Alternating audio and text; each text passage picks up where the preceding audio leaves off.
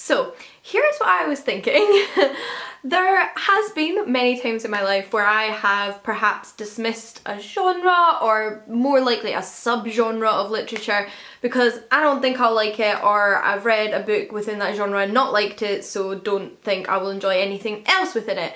Yet at the same time, perhaps contradictorily so, I think of myself as quite like a wide reader. Like I read in quite a wide number of genres. And I'm always quite happy to challenge my own reading tastes, but sometimes it is very easy to stay safe and get a little bit lazy and just say you're not going to enjoy something without trying it. So I thought, to kind of hold myself to account and maybe inspire some of you guys, I would talk to you in this video about some of the books that I have loved that are within genres or subgenres or types or themes of literature that I otherwise said, I'm not going to like that, I don't like that, and that perhaps changed my mind or just perhaps opened my eyes to realise that there's maybe more within a genre and more like subgenres within a genre than I necessarily anticipated, if that makes sense. I hope that made sense. So in that vein, I'm going to start with the book that kind of inspired this video, which is Dredd Nation. But I also want to mention The Girl with All the Gifts, because if you asked me for a trope within literature, or a theme within literature, or a subgenre within SFF that I was not interested in, it would be zombies. I'm about to say it, but I don't like zombies. However, is that even true? Because these books have both taught me that even as somebody who, generally speaking, doesn't love zombie films, has read some zombie books they haven't really liked, can enjoy zombie literature, just the kind of zombie literature that appeals to me. So it makes me realise I need to not dismiss things just because they have zombies in them in the future. So I'll start with this one because it's the one I read first. I read this actually quite a few years ago, and it's The Girl with All the Gifts by M.R. Carey. This is such a creative kind of literary action horror book. There's a lot going on in it and it's stunning.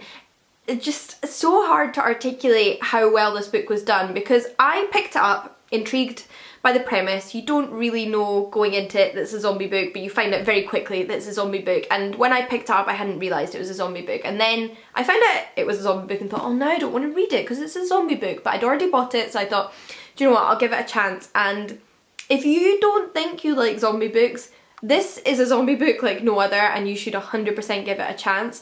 It is about our protagonist, a young girl who is living in this sort of underground bunker school. The world has experienced some sort of apocalypse. You can't leave the safety of this underground bunker, and her and other children are kept in what are effectively jail cells, then taken to lessons every day, and they don't really understand any different because this is all they've ever known, and we don't really understand why they're there or what's going on in the wider world until it all starts to like develop and situations change and the setting changes and we move around and we meet new people and we understand more fully what's happening. And the ending of this book is stunning. Obviously I don't want to give it away, but like, talk about impactful, incredible, creative, twisty endings. This is a book that has one, and it's just amazing. However, what I will say is, even though I love this book,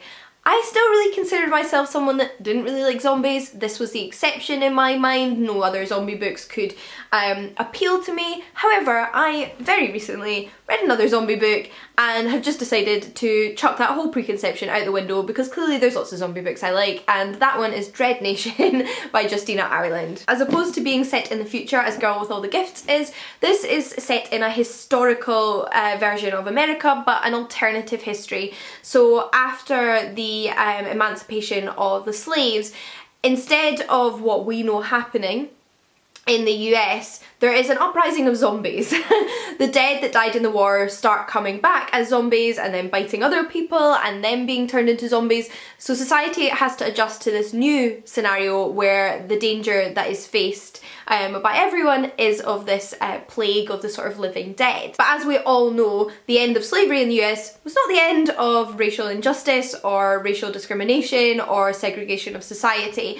And the way that the alternative historical version of this world works is that all Black and Native American citizens are trained to be zombie hunters and zombie killers in order to protect the white citizens of the USA. So although it's an alternative history, it actually touches on so many real historical like events that happened and just gives you a slightly like alternative zombie based version of them.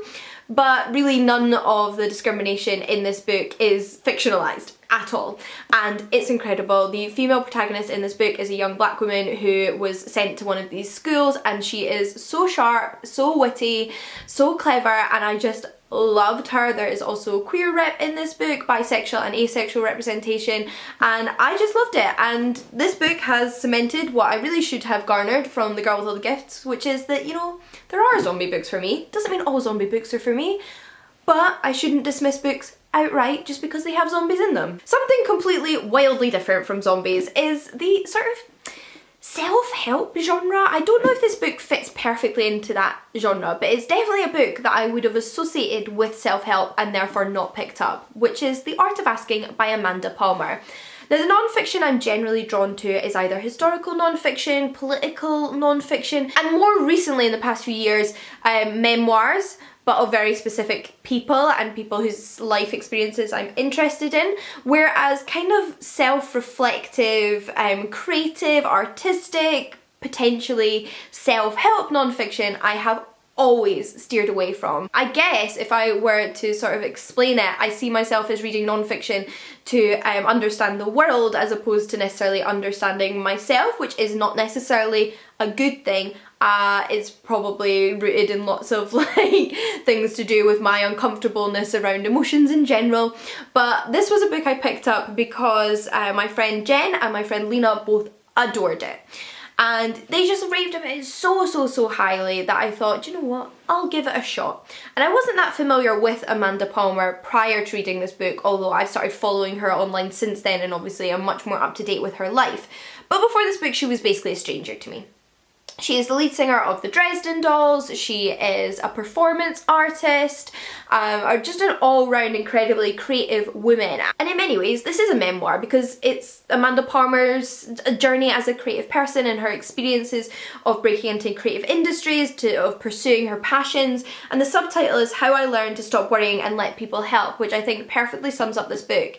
This book came to me at such a perfect time in my life that really helped me embrace some of the different platforms that are available online to sort of embrace my online communities and the support that we could lend one another, and also feel passionate about what I create and feel really good about what I create and how we all create very differently and we all create very different things, but there's still a creative process going on behind all of that. I'm not a musician, I'm not a performance artist, but I still took away so much from this book, and it did make me realise that there are potentially books that are a little bit more reflective on personal journeys that could possibly be for me. Not gonna lie, I haven't read many since this one, but I did love this and it did teach me that maybe I shouldn't just dismiss something because I perceive it as self-help. Now, one of my buzzwords when it comes to talking about literature I'm less interested in or less inclined to picking up is the word contemporary.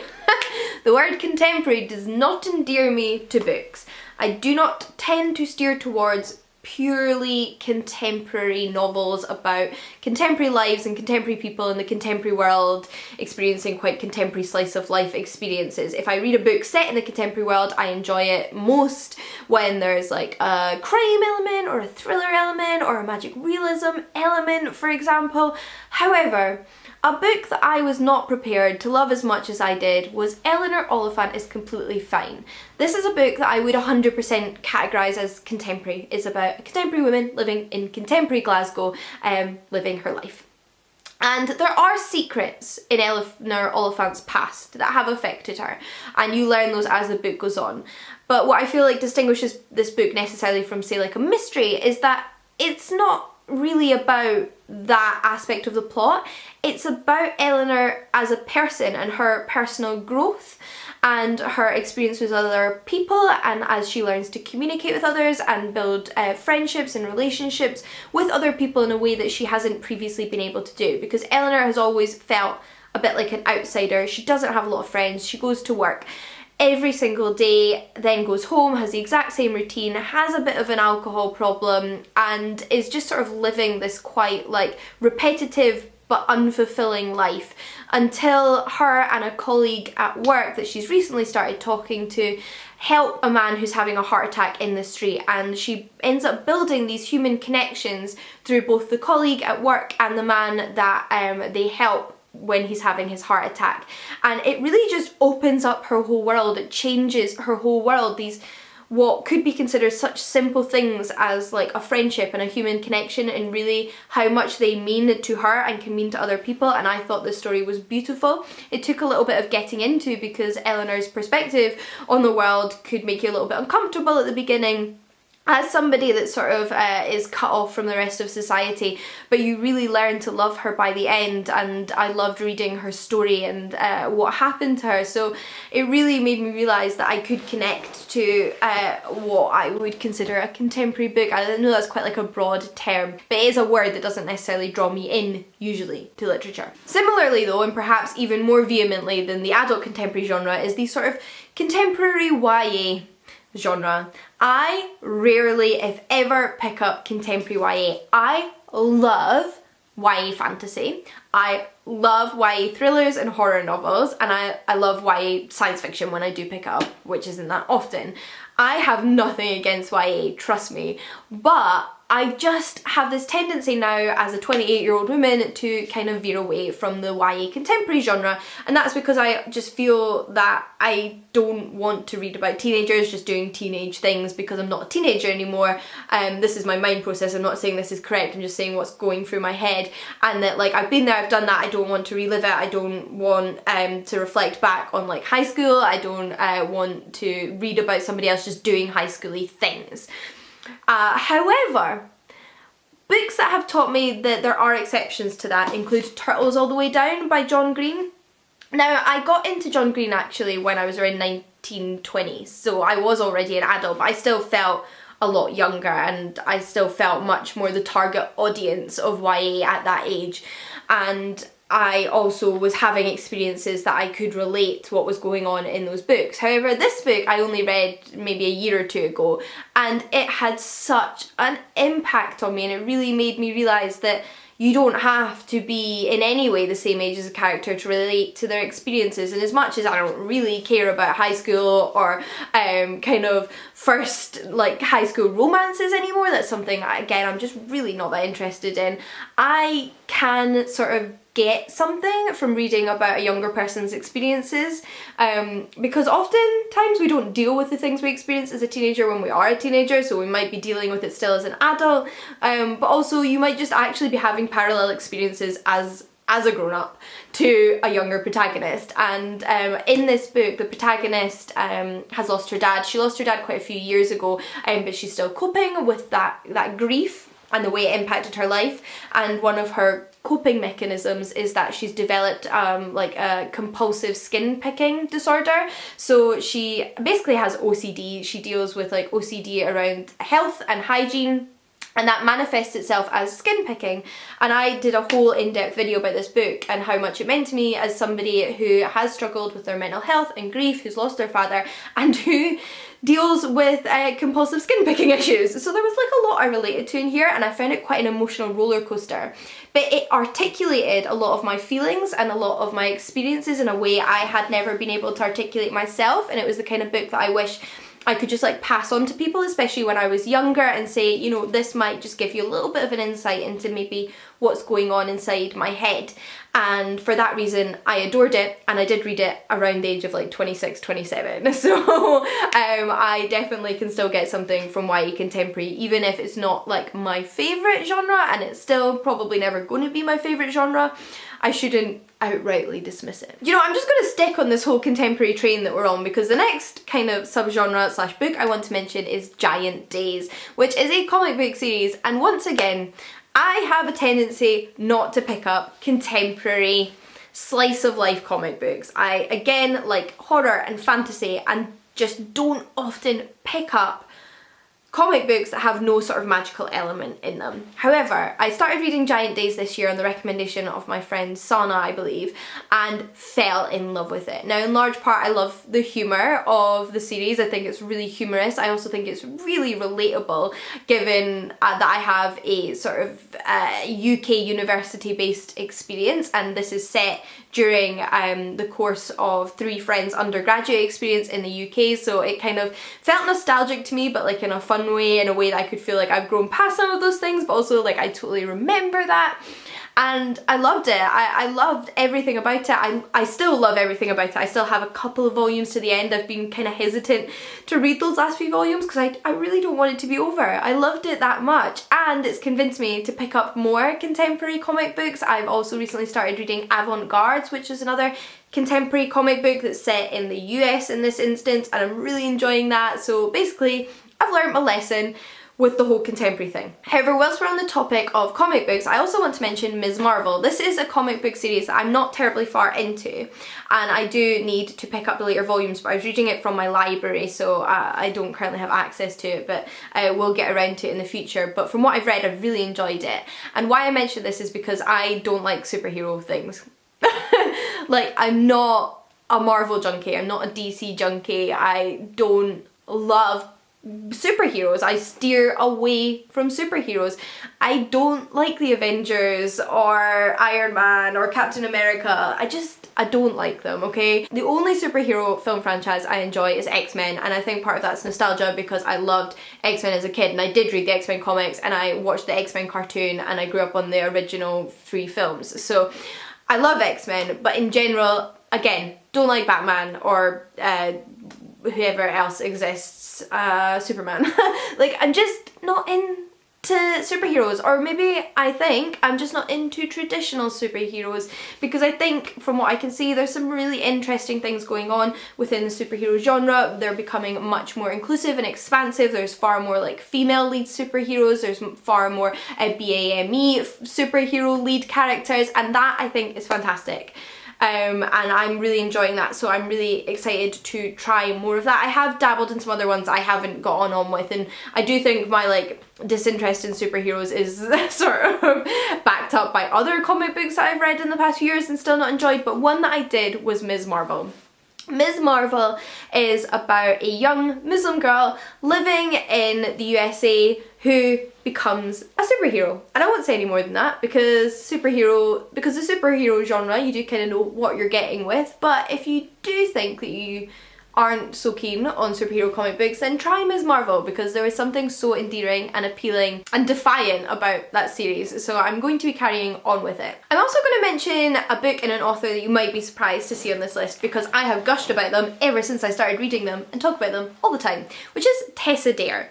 Because let's be honest, before I got into historical romance, I didn't think I would be interested in it. I now love historical romance. I am a die-hard historical romance fan and have been for the past year to 2 years. It was very much BookTube that got me into the whole romance genre, and I have dabbled in contemporary and enjoyed a few, but I certainly veer towards historical romance. That's my favourite subgenre of romance that I've discovered. But I definitely wouldn't have been going to that section of my library when I was, say, like 22 or something. I just would have automatically assumed that I didn't want to read it, and I think in large part that's because of basically the sexist perceptions of the romance genre and women's literature in general. I think these things like burrow into your brain and you accept them as a given. Like, you accept, for example, that romance is less intellectual, that it says something about your intellect, that you need to not read it as a woman if you're going to be taken seriously, because it is, like I said, dismissed. And this is something that is true historically. Authors like the Brontes and Jane Austen were dismissed in their time because they were popular and they were seen as women's fiction, and now they're taught as classics. But society does like to put a woman down, let's be honest, and it likes to put things that are seen as feminine into boxes and paint them as being non-universal or appeal to only very niche people, whilst sort of those big like Man Booker winning traditional classics by men are seen as universal as opposed to man's literature, which is nonsense. Obviously anyone can read anything, and I probably fell into that a little bit with romance and felt like no, I'm like a modern feminist intellectual woman, I have better things to do than read historical romance. And you know what, I don't. I mean, I do have some things that I should be doing alongside reading romance fiction, but I definitely have time to also read historical romance fiction because I love it. And Tessa Dare is my favourite author that I've found in this whole subgenre, and don't get me wrong, I have read some right trash historical romance I have hated, 100% hands down, would not recommend, and definitely perpetuates sexist stereotypes, which is true of all genres there are books within. But Tessa Dare is my fave. She writes such fierce, feisty female characters that have awesome female friendships that really like go against the grain of their time and like defy traditions and expectations and say no, and I love them, and I always love her romance books. And if you do want to dabble in the historical romance genre and enjoy something a little bit comical but also, like I said, kind of like fierce and full of positive female friendships, then check these out because they're brilliant. But those are the books that I really wanted to highlight. Those are some books that, you know, like they were like 4 or 5 star reads for me. I absolutely adored them. I think about them. I recommend them to people and come back to them time and time again, and really have markers of books and genres that I would not consider myself a reader of necessarily. That I would not necessarily pick up in the bookshop because I would think, I don't like zombies. I don't know if I like a contemporary story. I don't know if I like superheroes. But actually, there is oftentimes a book within every genre that I might enjoy. And that's not to say that there are not tropes that I will dismiss outrightly, such as literal sexism. But if we're just talking more like themes and topics and genres, then, you know, I think it's always worth giving something a shot and maybe giving something else a shot even when you didn't like the first one you tried. So I love all these books. I would highly recommend them, and I would also love to hear from you if there are any books that you love, would highly recommend, that kind of fall into categories of literature that you don't usually read, that you don't necessarily think you like, but these books surprised you. Let me know in the comments down below, and until next time, happy reading. I'll see you all again soon. Bye guys!